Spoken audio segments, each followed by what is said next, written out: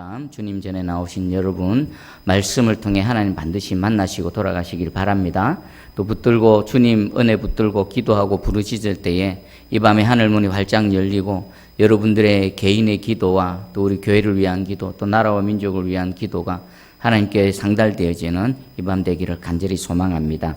우리 이사야서 9장 계속 보고 있는데, 9장에서는 하나님의 빛이 전에는 고통받던 자들, 어둠에 있던 그곳을 비치는 내용을 지난 시간 살펴봤습니다.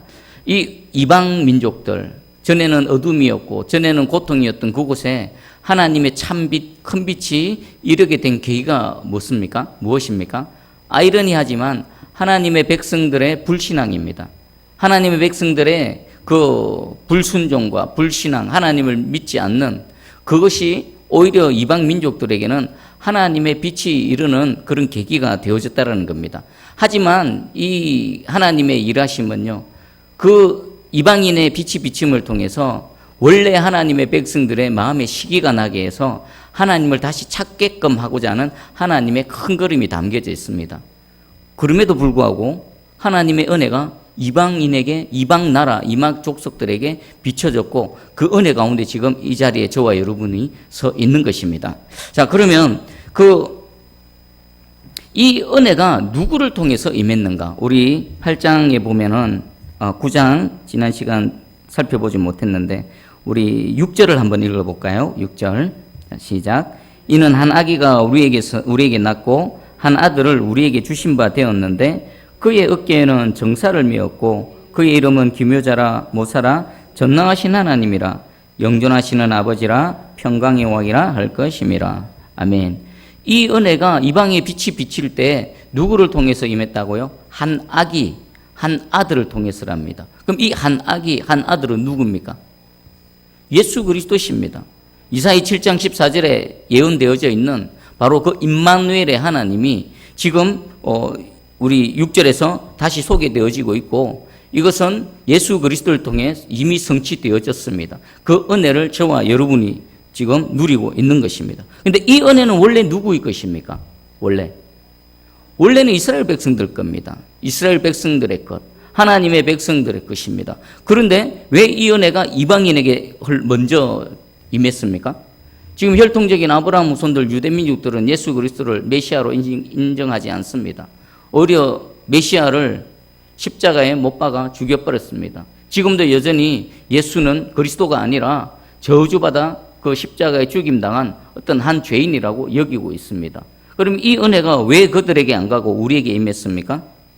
그들이 아무리 택하신 하나님 백성이라 하더라도 그들 스스로가 하나님을 거절했을 때, 하나님의 은혜를 차버렸을 때 하나님께서는 그들을 은혜 밖으로 방치해버리신다는 겁니다.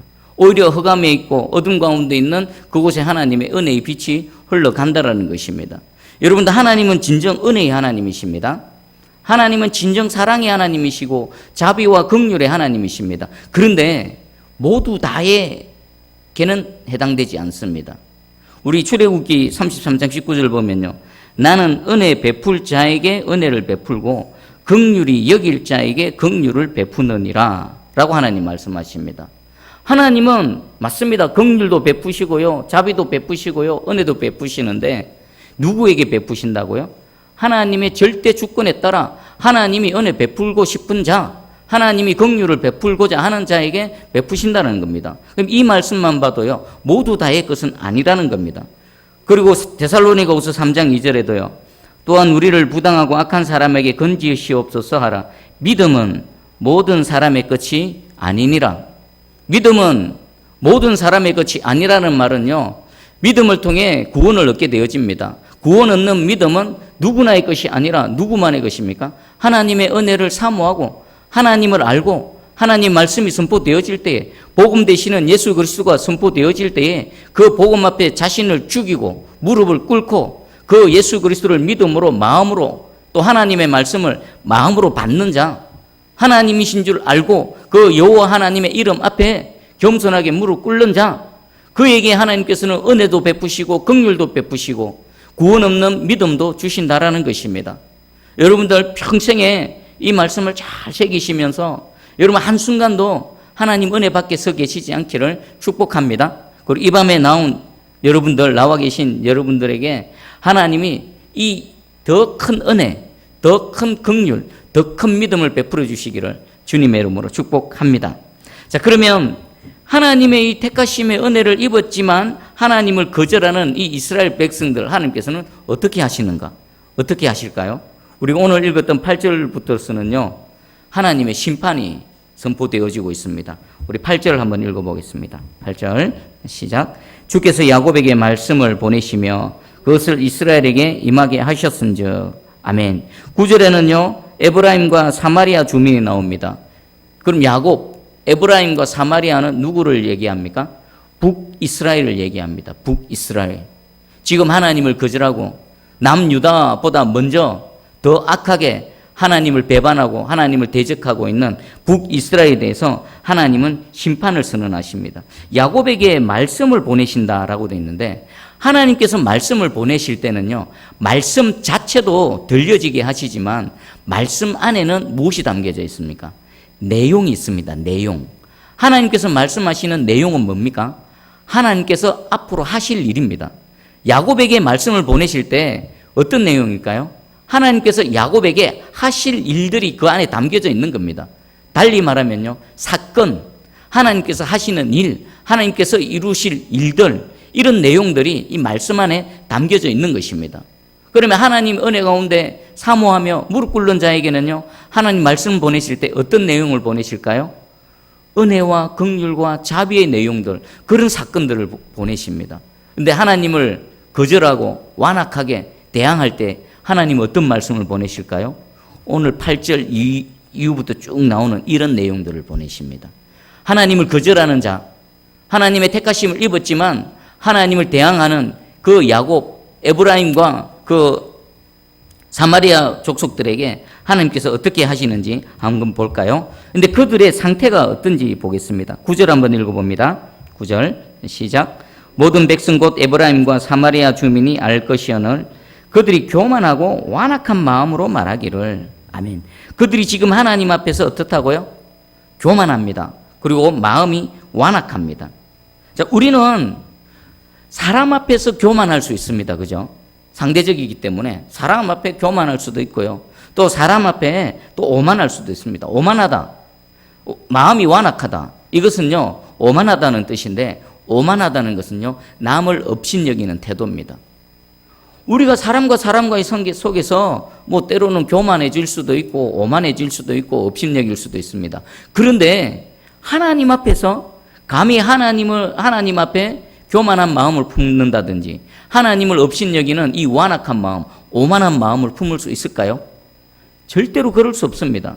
그리고 하나님은 사람과의 관계 속에서도 교만한 자는 그대로 내버려 두지 않으십니다. 반드시 때리십니다. 모난 돌이 정 맞는다라고 하나님은 교만하는 것을 극도로 싫어하십니다. 그래서요, 사람과 사람과의 관계 속에서도 교만한 자는 반드시 하나님께서 때리시는데, 하물며 하나님을 향해서 하나님 앞에 교만하고 하나님을 향해서 오만한 마음, 하나님을 업신여기는 마음 그대로 내버려 두실까요? 절대로 내버려 두지 않으십니다. 하나님은 어떻게 하시는지 한번 볼까요? 우리 10절을 한번 읽어보겠습니다. 10절 시작. 벽돌이 무너졌으나 우리는 다듬은 돌로 쌓고 뽕나무들이 찢겼으나 우리는 백향목으로 그것을 대신하리라 하는도다. 아멘.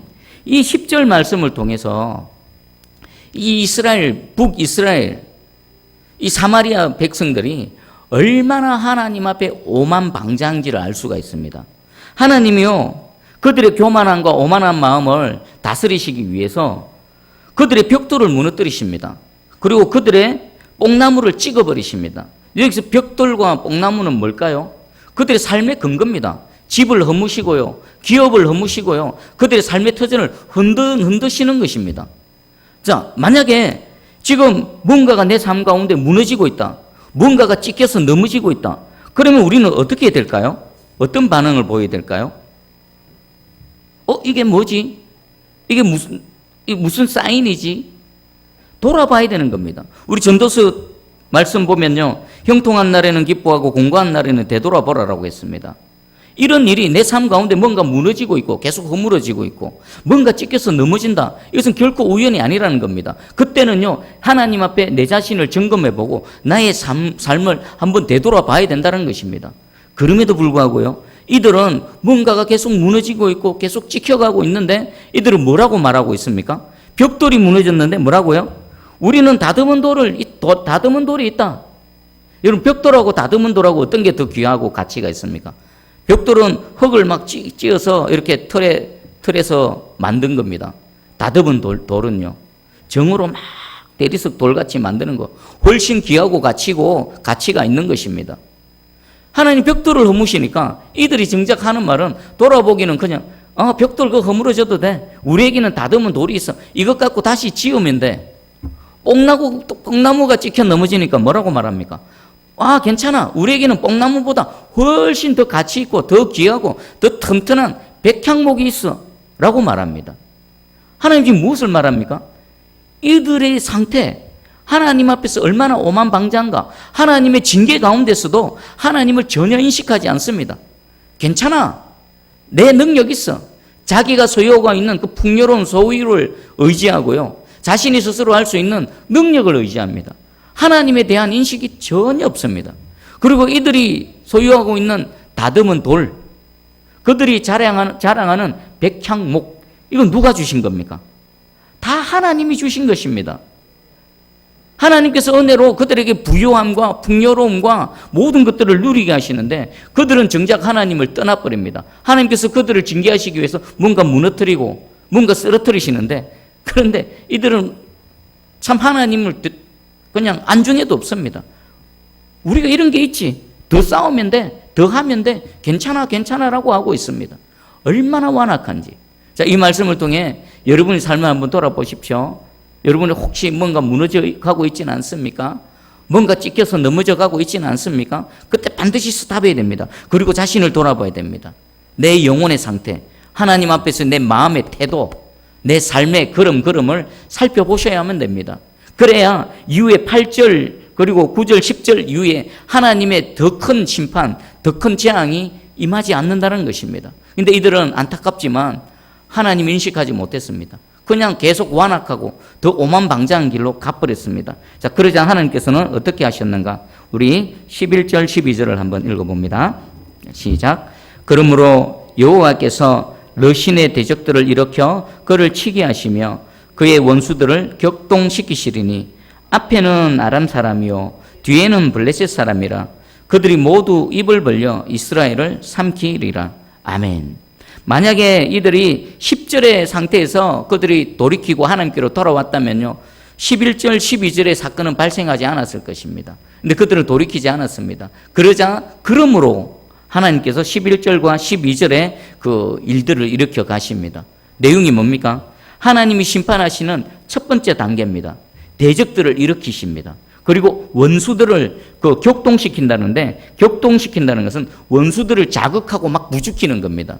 여러분, 벌집을 가만히 놔두면은 그냥 자기 일하고 그냥 괜찮죠? 근데 벌집을 막 들쑤시면 어떻게 됩니까? 수만 마리의 벌들이 맹맹맹맹 날아다니면서 막 공격을 해대는 겁니다. 그것과 마찬가지입니다. 하나님께서 그 벌집을 들쑤시듯 원수들을 격동시키시고 자극하시고요, 대적들을 막 일으키신다는 겁니다. 12절에 보니까 앞에는 아람 사람이요 뒤에는 블레셋 사람이라. 대적이 그냥 한 명만 있는 게 아니라 동시에 사방에서 막 일어나는 겁니다. 그리고 대적을 일으킨다고 했을 때 대적들을 강하게 한다는 의미도 있습니다. 대적이 일어나는데 그 대적이 나보다 강합니다. 그리고 원수들이 막 일어나는데 그들이 벌떼처럼 일어납니다. 앞, 뒤, 사방에서 동시에 일어납니다. 그리고 그들이 하는 것은 모두 입을 벌려 이스라엘을 삼키리라. 못 잡아먹어서 안달인 겁니다. 첫 번째, 하나님께서 이렇게 뭔가 사인을 딱 보내셨는데 그 사인에 올바로 반응하지 못하니까 하나님께서 이제 첫 단계 작업을 들어가는데 어떻게 한다고요?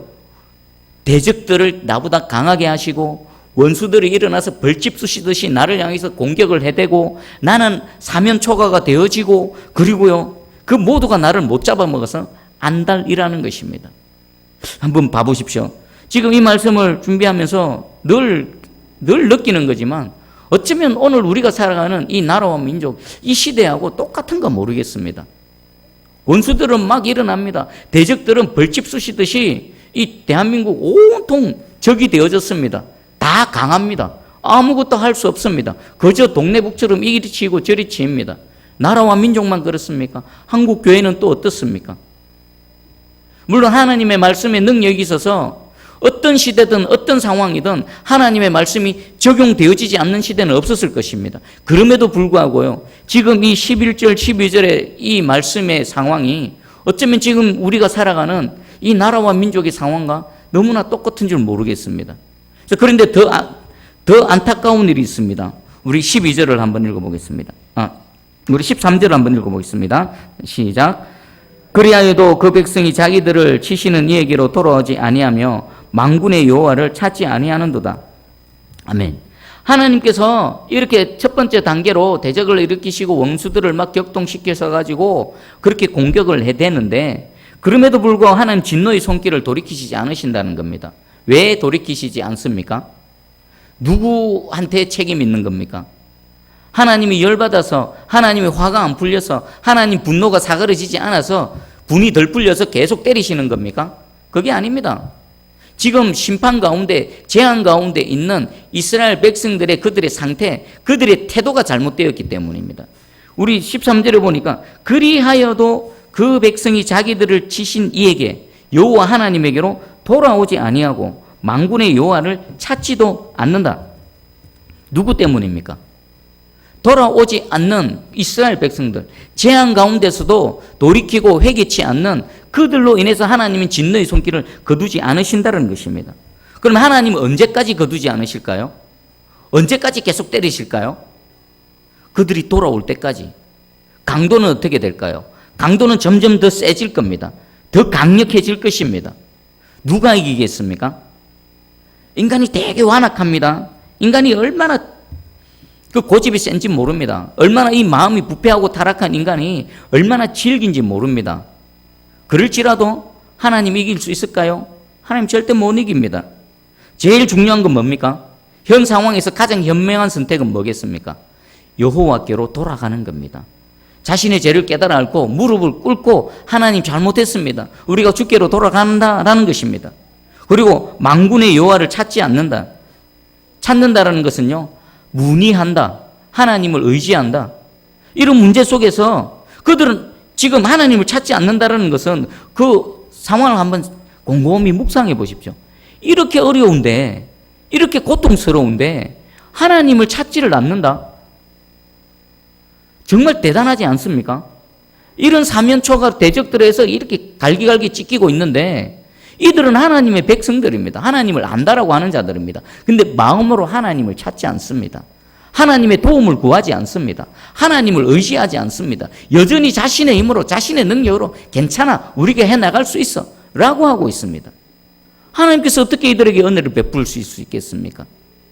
이런 상황 속에서 가장 현명한 건요, 하나님께로 돌아가는 겁니다. 우리 돌아간다는 히브리어 단어 슈브 있죠. 슈브.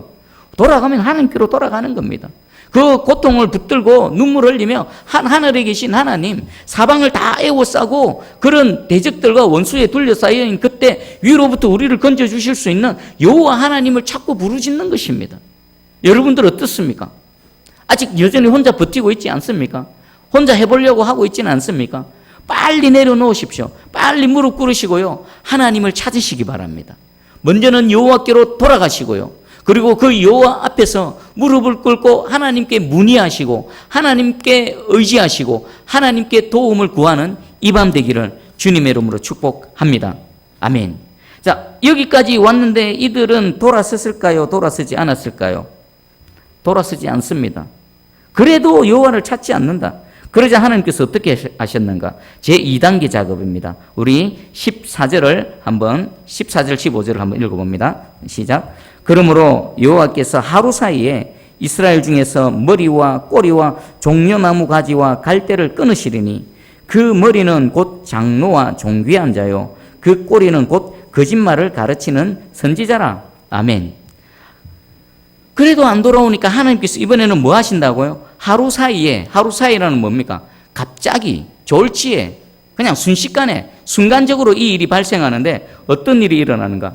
이스라엘 중에서 머리와 꼬리, 종려나무 가지와 갈대를 끊으신다는 겁니다. 그리고 머리는 뭡니까?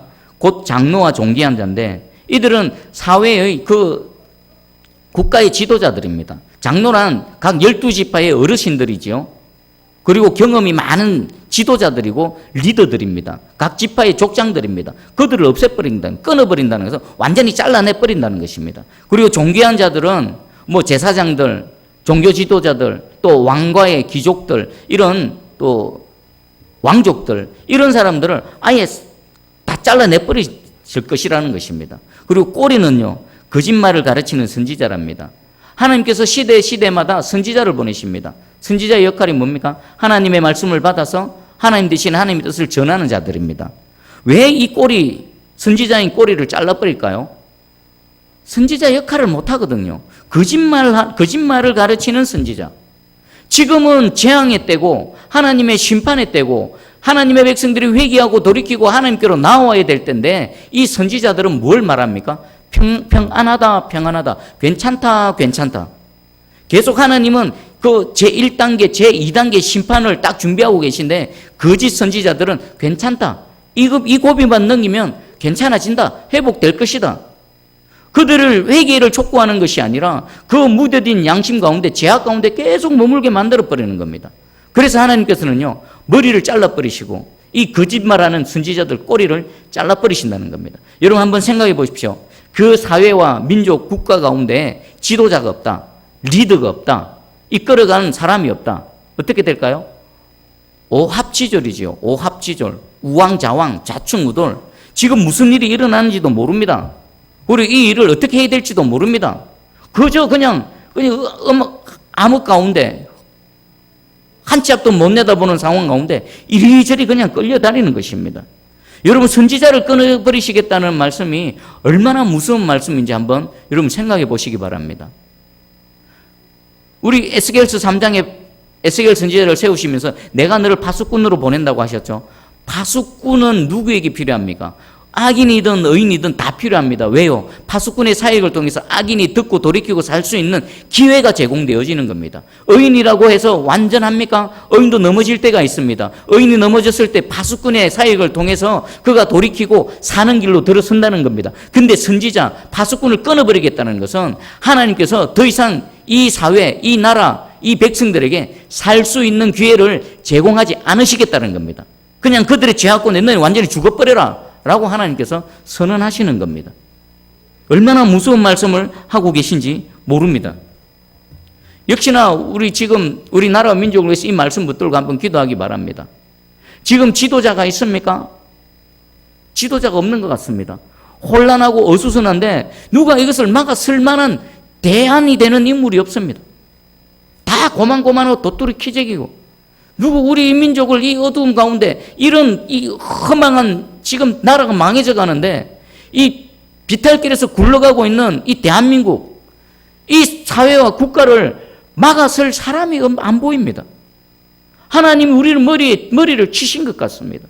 그럼 꼬리는 어떻습니까? 교회 안에 종들 잠자고 있는 성도들을 깨우고 또 잘못되어 있는 이 세상을 향해서 하나님의 공의의 말씀을 외치고 사회야 국가야 정치 지도자들아 잘못되어졌다라고 외치는 종들이 눈에 보이지 않습니다. 그저 그냥 괜찮다 평화하고 있습니다. 다 죽어져 가고 있는데 나라 망해져 가고 있는데 지금 우리는 1단계를 지나서 벌써 2단계로 접어들어 있지는 않은가 모르겠습니다.